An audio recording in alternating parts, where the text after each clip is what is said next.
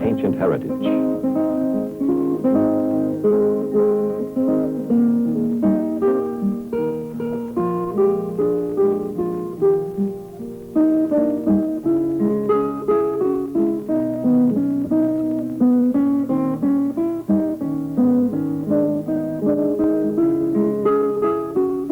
Its roots reach back into the worldly glory of the Roman Empire. It was then, as it is now, a minor port facing out onto the Tyrrhenian Sea.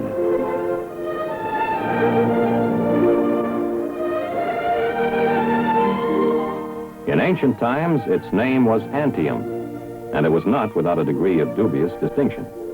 Nero was born here, and Caligula.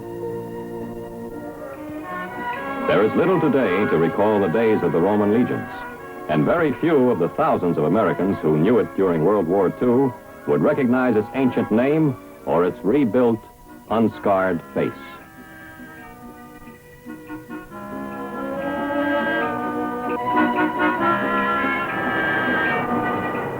Time and peace have had nearly 2 decades to do their healing work. There has been peace, and much that is past has been mercifully lost to memory.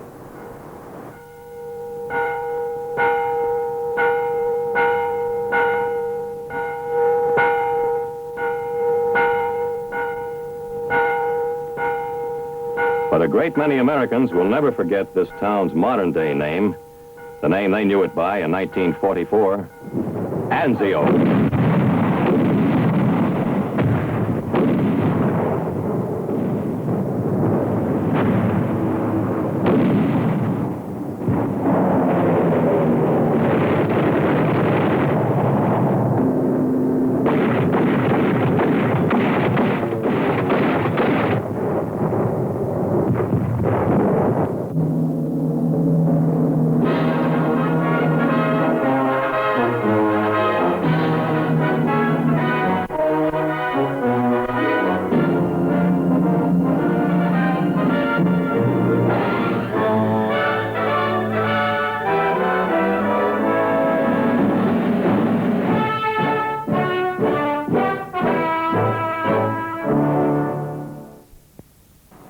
In 1943, it was one of our strategic aims to draw as many German forces as possible away from the Russian front and French coastal areas and to contain them on the Italian peninsula while liberating as much of Italy as might be possible with the means at our disposal.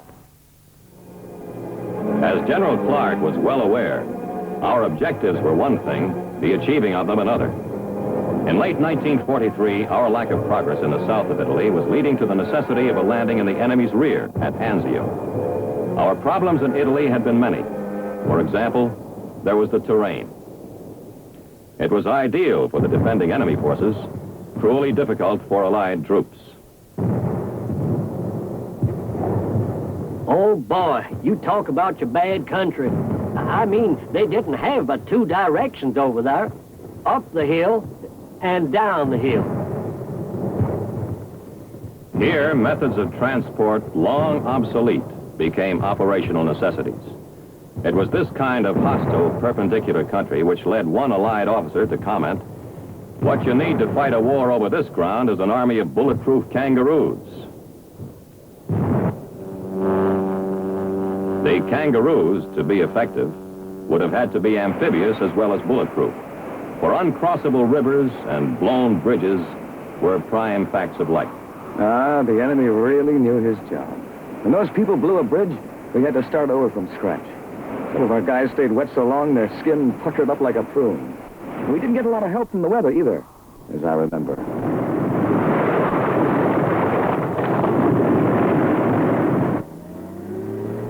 By midwinter, the Allies' advance toward Rome had bogged down.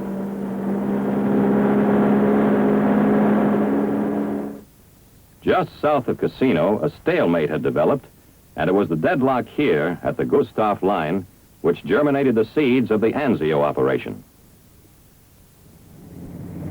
Naples, mid-January 1944. The build-up for a landing at Anzio was underway.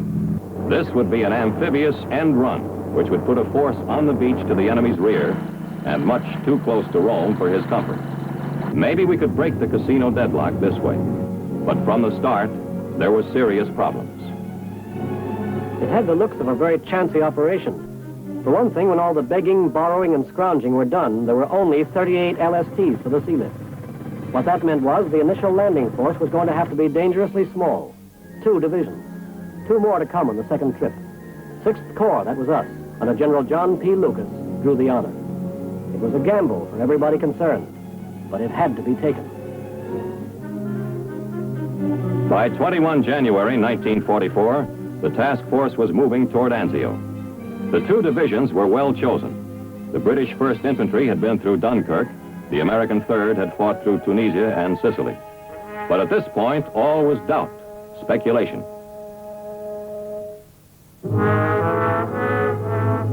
What lay ahead, no man, at whatever level, could know for certain.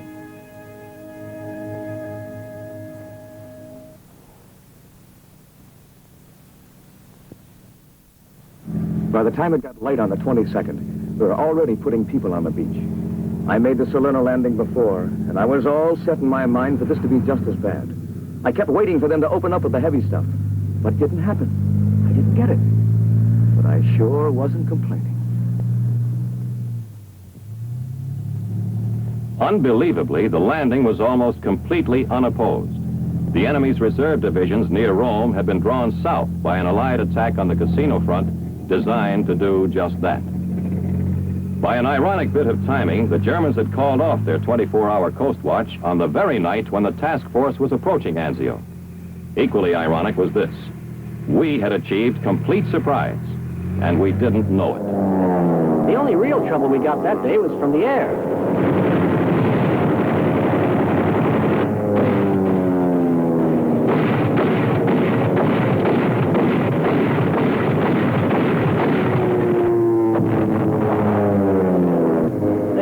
Damage, but they only had something like 350 planes in the whole area. We had about 2,000.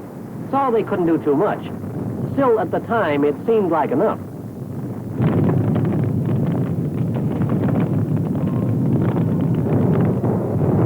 Despite harassment from the air, losses were light. The first day saw 90% of the landing forces ashore. Immediately, they began consolidating the beachhead against the enemy counterattack, expected at any moment. With his reserve divisions pulled south by the casino attack, the enemy had only ragtag fragments of units at his disposal, but he moved them up swiftly. Prisoners taken in the first days were universally smiling and confident once they discovered they were not going to be mistreated. They were certain that in a matter of days they would see the Allied landing force pushed into the sea.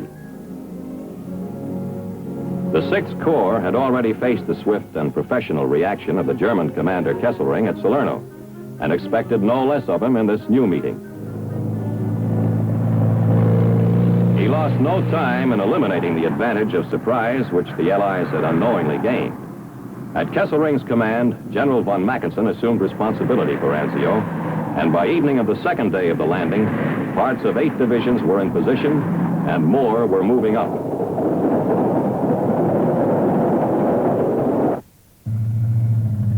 Beginning at dawn, 4 days after the first landing, the Allied force set out to push farther inland, enlarging the beachhead. The golden moment of surprise was gone. They came against rigid opposition.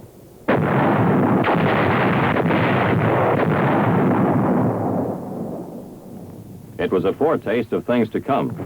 In 3 days of fighting, the perimeter was extended somewhat, but the cost was high.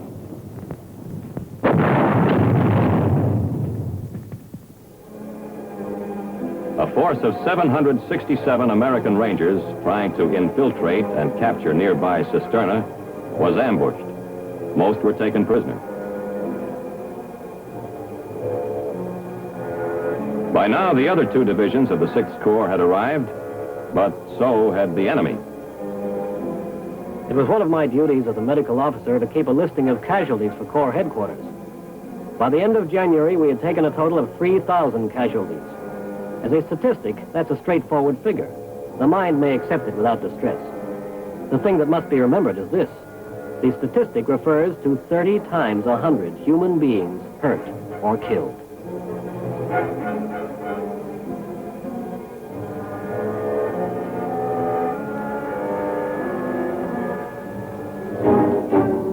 The Allied offensive ground to a stop, and the Anzio forces went on the defensive. Bad weather came. This meant no air cover. This meant enemy forces building up without hindrance. A counterattack was inevitable, and we got ready for it. But barbed wire and mines, so helpful to a force on the defensive, were in somewhat short supply.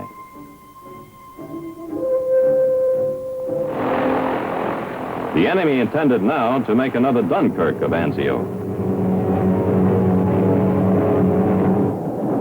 Swiftly, he shifted forces from northern Italy, southern France, and even the Balkans. Daily, his fighting machine was growing stronger on the ground, as casualties drew the Allied forces thinner. By mid-February, the enemy had pushed the Allies back in the center of the grimly held beachhead, almost to the last-ditch lines of defense. The outlook, depending on which side you were looking from, was excitingly bright or very dark. Now, once again, an Allied attempt in the south to breach the Gustav line failed. The men on the ground didn't know that the breakthrough attempt was also intended to ease the pressure on the Anzio perimeter. They only knew that enemy guns still looked down their necks from the fortified heights, and that advance became impossible. With the repulse of the second Cassino offensive, it became clear. Anzio was on its own. The crisis was here. Every resource was marshaled to meet it. When the massive frontal attacks came, we met them with a hurricane of fire.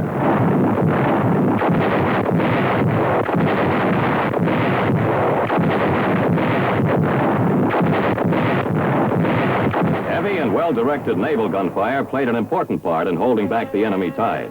The Anzio front was so close to the sea that naval guns became infantry support weapons.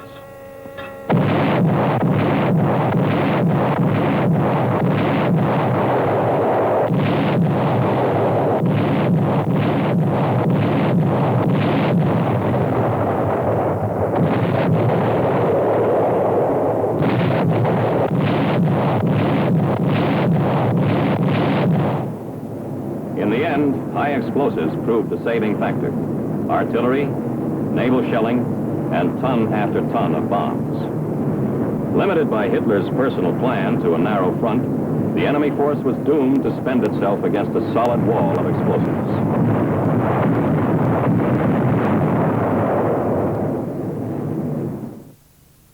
Having weathered the crisis, the 6th Corps' commander, General Lucas, received a new assignment, Assistant Commander, 5th Army.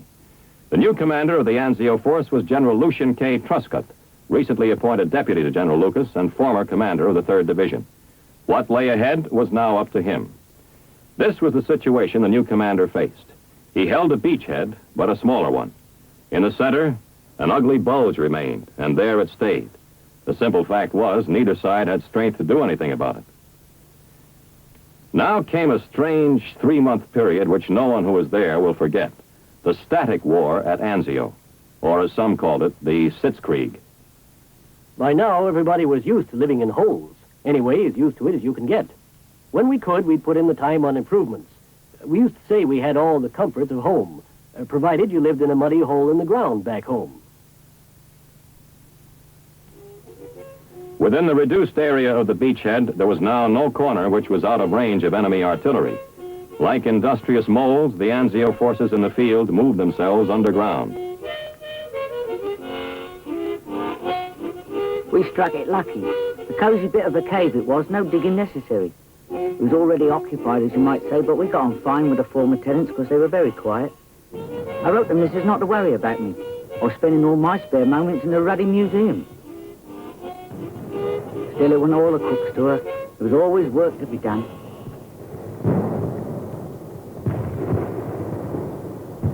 There was work, plenty.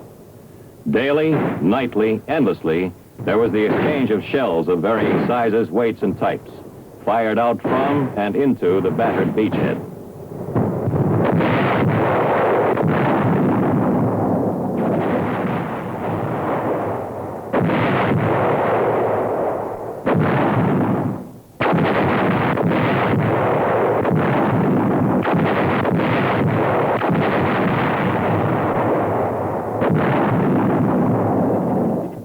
I don't know. Sometimes you gotta get a different slant before you really see a thing.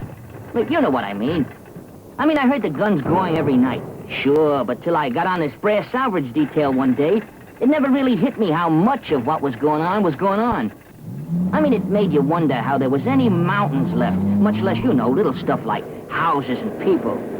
I tell you, you should have seen all that brass.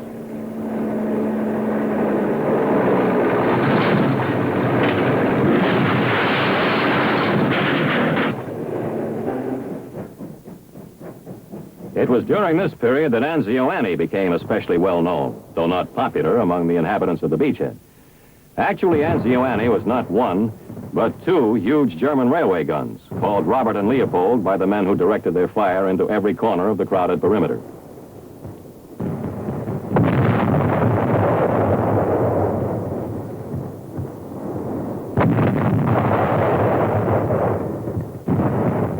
There were no rear areas at Anzio. Wherever you were, if you were above ground, you could be reached by artillery.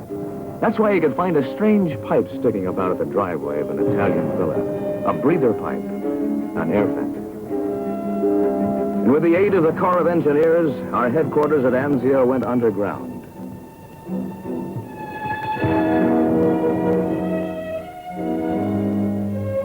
The main corridor gave you an idea of how big this specialized foxhole was. It ran just about a quarter of a mile in a straight line. And branching off from it, all the elements of an operating headquarters. Everything needed, underground.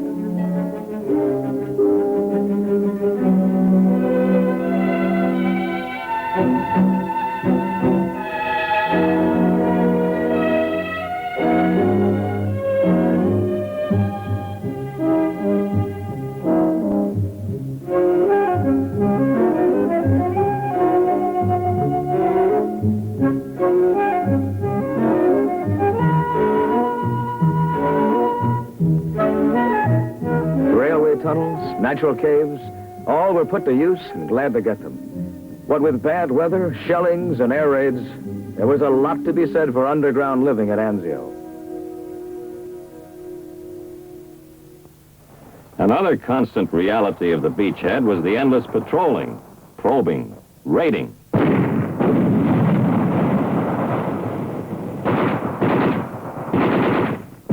Mostly we went at night, but sometimes it'd be a daylight raid. Maybe some enemy people would sneak in and set up observation in some house. Then a raiding party would go in and take them out.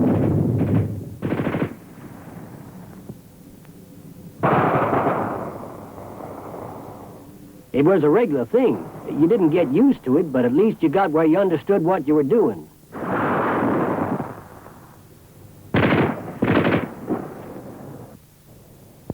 If you were lucky, you came back with everybody on their feet.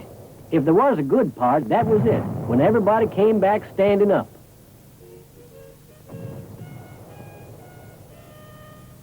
There was a right funny side to it all, though. These propaganda sheets we used to get were always good for a chuckle. I don't know yet what they hope to accomplish.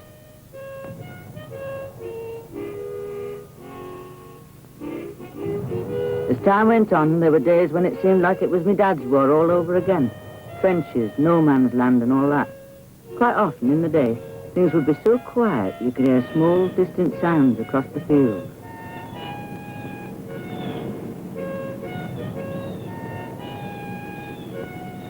Mind you, though, night time was something else again.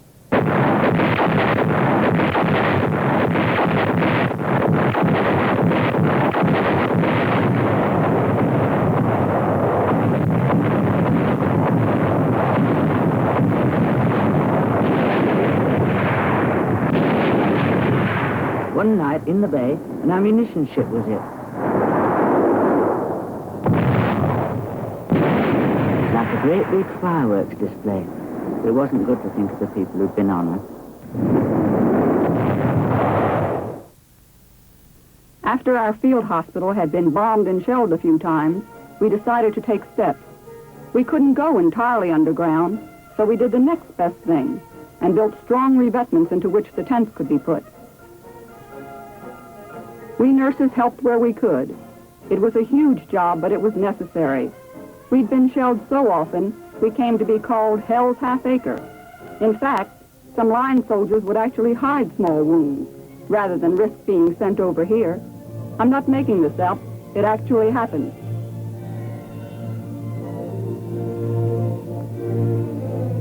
Strange things happened on occasion. There was the teenage German lad we found trying to get among the ships with a one-man submarine device. He seemed much too young to be out on such business. They sent some men round to where the thing was beached to bring it in. Funny looking thing. Really not much more than one torpedo to ride on and another one underneath to shoot. The ruddy propellers started up when they started to tow it. Livening up their afternoon all right. Well, there were some jolly good sprinters among them lads.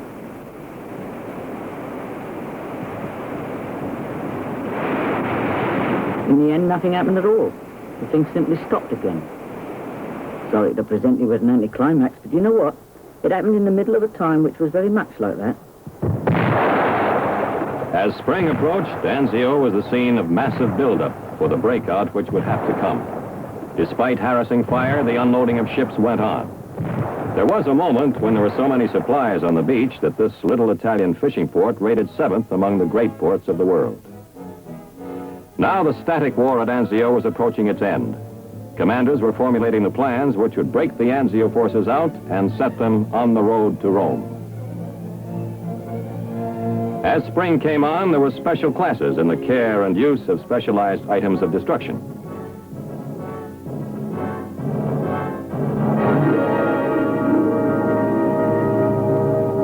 Rehearsal for the real thing. Near Anzio, a group of American commanders gathered to witness a demonstration. The 3rd Division commander, General Iron Mike O'Daniel, gave a graphic description to General Clark. As well he might, since it was a device of his own inventing which the officers had come to see. The old man called it a battle sled, and that was pretty accurate. All it was, you had a bunch of foxholes, only they were steel, and rigged up for towing behind a tank. That way, a squad of guys could stay in their holes for cover and move up at the same time. It's pretty neat. It never caught on, but in my book, it was a good idea.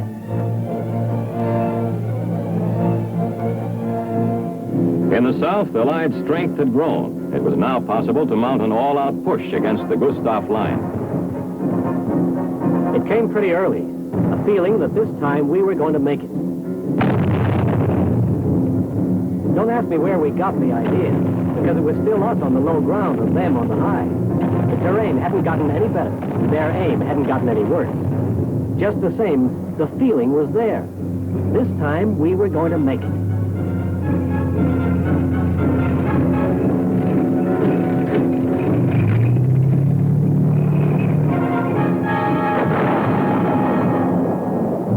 After a week of heavy fighting, it was clear that the forces in the South were, in fact, breaking through the unbreakable Gustav line.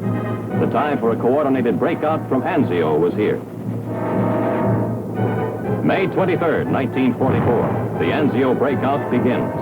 The days of the Sitzkrieg at Anzio are at an end, and the days of the beachhead itself nearly so.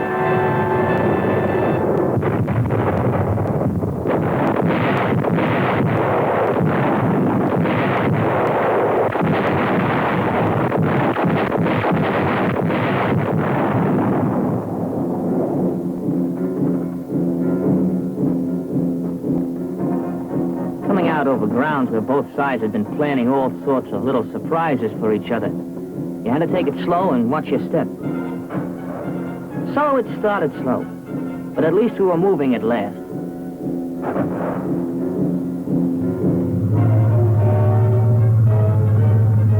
Now, after everything, here was the road to Rome.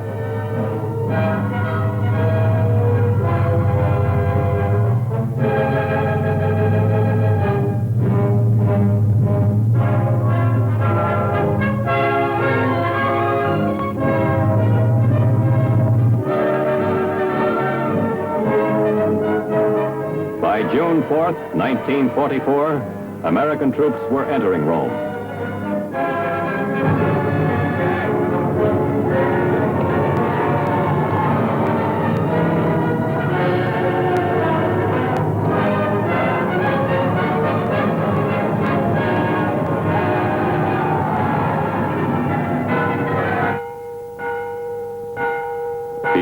behind lay an action over which historians could and would widely disagree in years to come. On the battered beachhead, our men had learned much. And perhaps the enemy had learned something too. He had done his best and his worst against the Americans and British at Anzio. And it had not been enough.